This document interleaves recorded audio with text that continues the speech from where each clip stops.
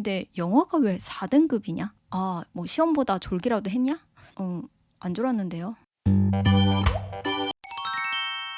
안녕하세요. 배우며 산다를 모토로 살면서 제가 미디어를 통해 얻고 느낀 바를 공유하고 있는 임세연 저널리스트입니다. 오늘은 썸네일을 좀 어그로성으로 만들 건데요. 뭐 어그로라고 해야 하나요? 팩트만 적은 거긴 하지만 왠지 한 번쯤은 만들어 보고 싶었던 주제입니다. 제가 뭐 영화든 드라마든 쇼 프로그램이든 열심히 소비하는 미디어 오타쿠이기도 하고 또 그런 분들이 채널을 보고 계실 거라고 생각하는데요. 사실 영어를 잘하면 덕질도 더 잘할 수 있고 덕질 때문에 영어가 늘기도 하거든요. 그런 맥락에서 오늘 영상을 준비해 보았습니다. 우선 이 얘기부터 장황하게 해야 할 것 같습니다. 저의 영어 공부의 역사. 제가 뭐라고 해야지?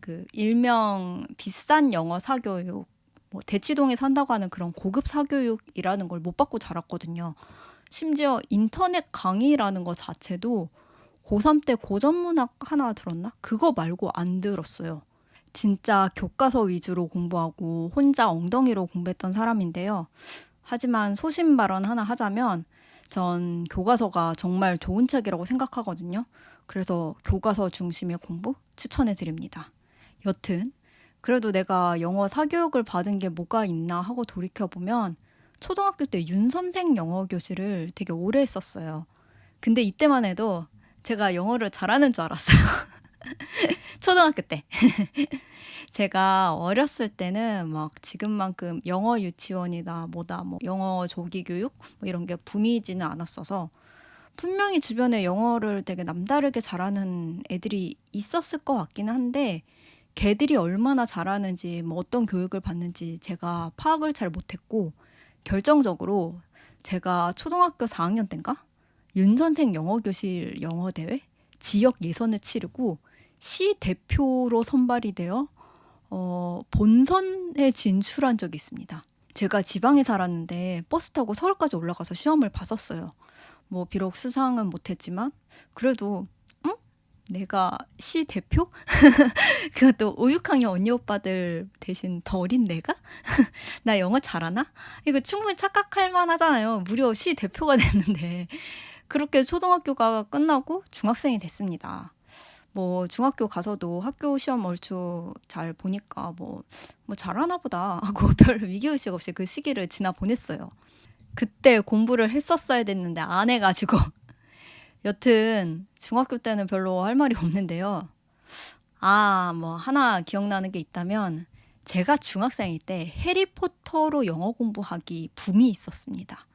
이제 공부 좀 잘한다 하는 애들 아니면 뭐 영어 공부에 욕심 있는 애들은 다 해리포터 원서를 한 번쯤은 다 찍먹을 해봤어요. 저도 집에 어느 날 갑자기 해리포터 원서가 생겼더라고요. 여튼 집에 책이 있으니까 저도 호기심에 도전을 해봤는데 근데 여러분 다 아시죠? 이런 거 공부로 접근하면 절대 안 읽히는 거. 저도 진도가 너무 안 나가서 해리가 벽장에 계속 갇혀 있어요. 아직 두들리 가족에게 구박받고 호그와트 가는 기차역도 못 가고 헤르미온느랑 론은 등장하지도 않았어요. 이건 그냥 해리포터를 안 본 거죠. 그래서 저는 해리포터가 재밌다는 걸 나중에 영화 보고 알았습니다. 원서로 완전 극초반 보고 때려치고 나중에 영화 보고 그 다음에 완전 뒷북으로 번역본 책을 읽게 된 케이스입니다. 여튼 그렇게 중학교 시절을 보내고 고등학교에 진학을 했는데 제가 간 학교가 좀 공부 잘하기로 전국구에서 유명한 자립형 사립고였어요. 저희 때 1년에 서울대를 막 2, 30명씩 갔거든요. 그러니까 고3 때 저희 반에서만 4명인가 5명이 서울대를 갔었고 반 친구들을 그대로 대학 가서 만나게 되는 그런 학교였어요. 근데 이때 처음으로 나 영어 못하네? 뒤처지고 있네? 이거 좀 심각하네? 하는 사건이 벌어집니다. 대망의 첫 모의고사를 보게 됩니다. 제 인생 첫 모의고사 그렇게 봤는데 점수가 꽤 높은 거예요. 그럴 수 있었던 게 저한테는 수학이랑 과학이 좀 약간 공부 많이 열심히 안 해도 좀 안정적으로 거의 만점이 나오는 과목이었거든요. 나중에 고3 수능 볼 때까지도 그랬어요. 그리고 이제 담임 선생님이랑 면담을 했습니다. 넌 수학이 만점인 거 보니까 앞으로도 쭉 안정적이겠다. 그런가요? 그치, 보통은 수학 때문에 고생을 하니까. 근데 영어가 왜 4등급이냐? 아, 뭐 시험보다 졸기라도 했냐? 안 졸았는데요. 그럼 실수를 많이 했니? 그냥 푼 것 같은데요. 아, 그러면 좀 심각하다 이거는. 왜냐면 영어는 어렸을 때부터 얼마나 실력을 다졌는가에 따라서 학생들 사이에 뭐 편차도 크고 뭐 공부를 딱히 안 해도 성적이 늘 잘 나오는 애들이 있기 때문에 이건 네가 노력을 좀 많이 해야 한다. 넌 이제 남들 수학 공부하는 만큼 영어 공부를 해야 한다. 라고 하시더라고요. 그때 제가 처음으로 알았어요. 아, 내가 영어를 성적 대비 많이 못하는 거였구나. 선생님이 이렇게까지 말할 정도로. 전 그때 처음 알았거든요. 아, 내가 자사고라는 곳에 있고 어렸을 때부터 뭐 이제 다양하게 교육받고 공부 열심히 하는 애들이 주변에 되게 많고 나는 상대적 영어가 떨어지는구나 라는 걸 그때 깨달았어요. 그러니까 정신이 번쩍 들어서 그때부터 남들 수학 공부하는 만큼 제가 영어 공부를 했거든요.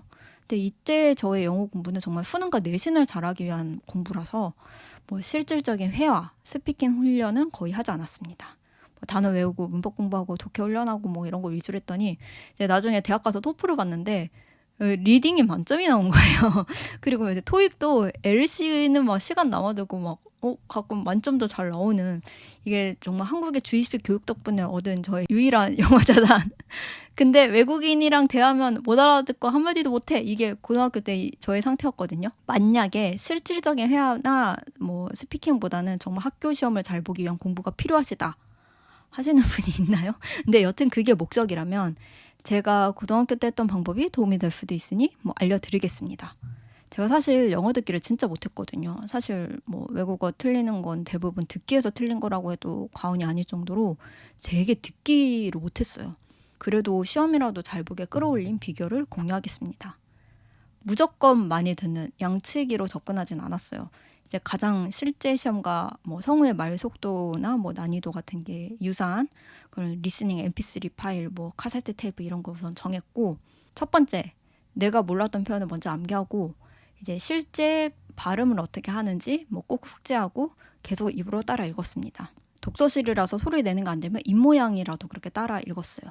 그 두 번째, 한 문장씩 끊어가면서 들었습니다.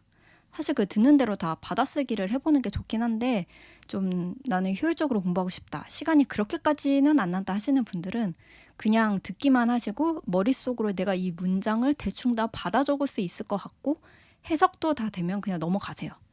만약에 그게 안 되면 문장 단위로 끊어서 5번씩 다시 들었습니다. 그래도 도저히 못 알아듣겠다. 그러면 그제서야 그때 스크립트로 보는 거예요. 스크립트 보고 확인하고 다시 들으면서 아, 이때는 이제 성우의 목소리를 직접 육성으로 좀 따라해 봤습니다. 그렇게 좀 훈련을 했어요. 연음의 개념을 잘 모르면 듣기가 잘 안 들리죠. 저는 이걸 좀 너무 늦게 깨달았는데 요즘은 유튜브에 영어 연음에 관한 콘텐츠가 진짜 많거든요. 그런 거 좀 찾아보시면서 감 잡아 나가셔도 괜찮은 것 같습니다. 문법은 솔직히 남들 다 하는 책으로 해가지고 좀 특별할 게 없는데 근데 요즘도 맨투맨을 보나요? 여튼 저는 그 모두가 봤던 맨투맨 영어를 봤고요. 이건 사실 제가 뭐 다른 과목 심지어 좀 수학 공부에도 똑같이 적용했었던 공부법인데 알려드릴게요. 아주 꼼꼼하게 교재를 처음부터 끝까지 다 읽었어요. 그게 근데 그냥 읽는 게 아니라 책에서 설명하는 원리를 내가 다 이해하면서 그렇게 3번을 읽었어요. 무조건. 수학의 정석도 그렇고 저는 교과서도 3번째 읽었어요. 저는 교과서 위주로 공부했단 말이 다 거짓말이라고 하는 그런 사회 분위기에 굉장히 반감이 있는 사람인데요. 뭐 교과서든 수학의 정석이든 맨투맨이든 그렇게 붙잡고 3번씩 읽으면 진짜 달라요.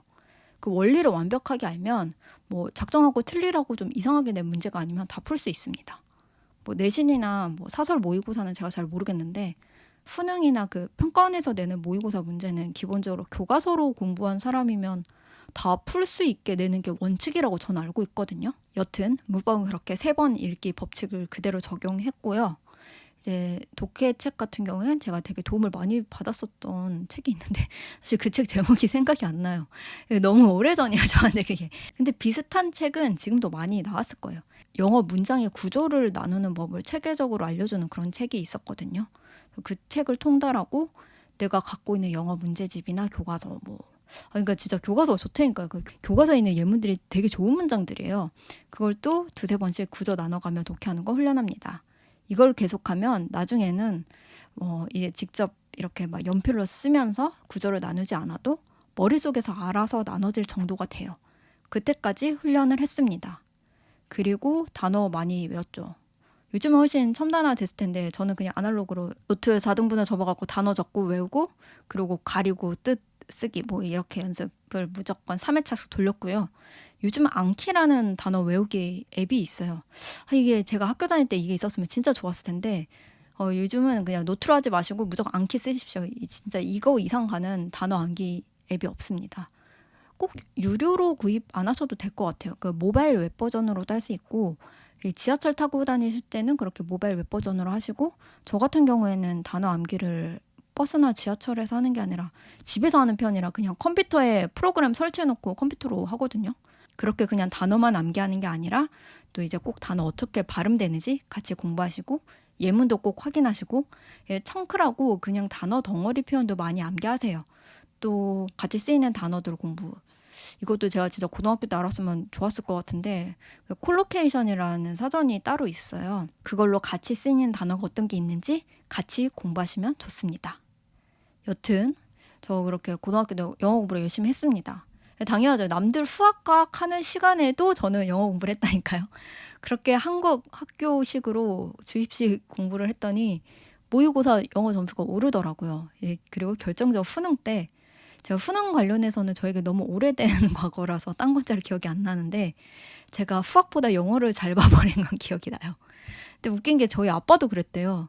저희 아빠도 영어를 못해가지고 고등학교 때 영어 공부를 더 많이 했는데 뭐 그때 학력고사라나요? 뭐 학력고사 뭐 그런 거를 영어를 더 잘 봐버렸다고 뭐 이것도 유전인가 했습니다. 여튼 그렇게 어찌어찌 대학 입시를 방어하고 이제 서울대에 갔습니다.